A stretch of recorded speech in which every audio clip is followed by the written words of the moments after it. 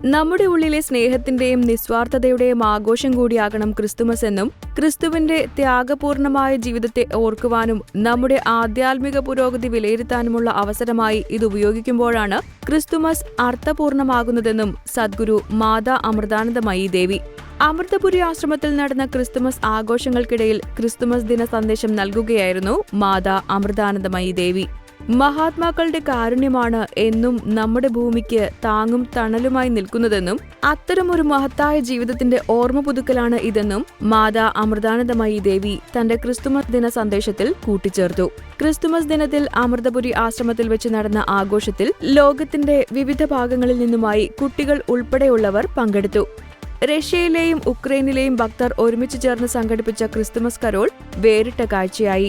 ലോക സമാധാനത്തിന് ഐക്യദാർഢ്യം പ്രഖ്യാപിച്ചുകൊണ്ട് നടന്ന ക്രിസ്തുമസ് ആഘോഷങ്ങളിൽ ഇന്ത്യക്ക് അകത്തും പുറത്തുമുള്ള 1000-ഓളം പേരാണ് പങ്കെടുത്തത്. ആഘോഷങ്ങളുടെ ഭാഗമായി ഭജന, സാംസ്കാരിക പരിപാടികൾ, കുട്ടികളുടെ കലാപരിപാടികൾ എന്നിവയും അരങ്ങേറി.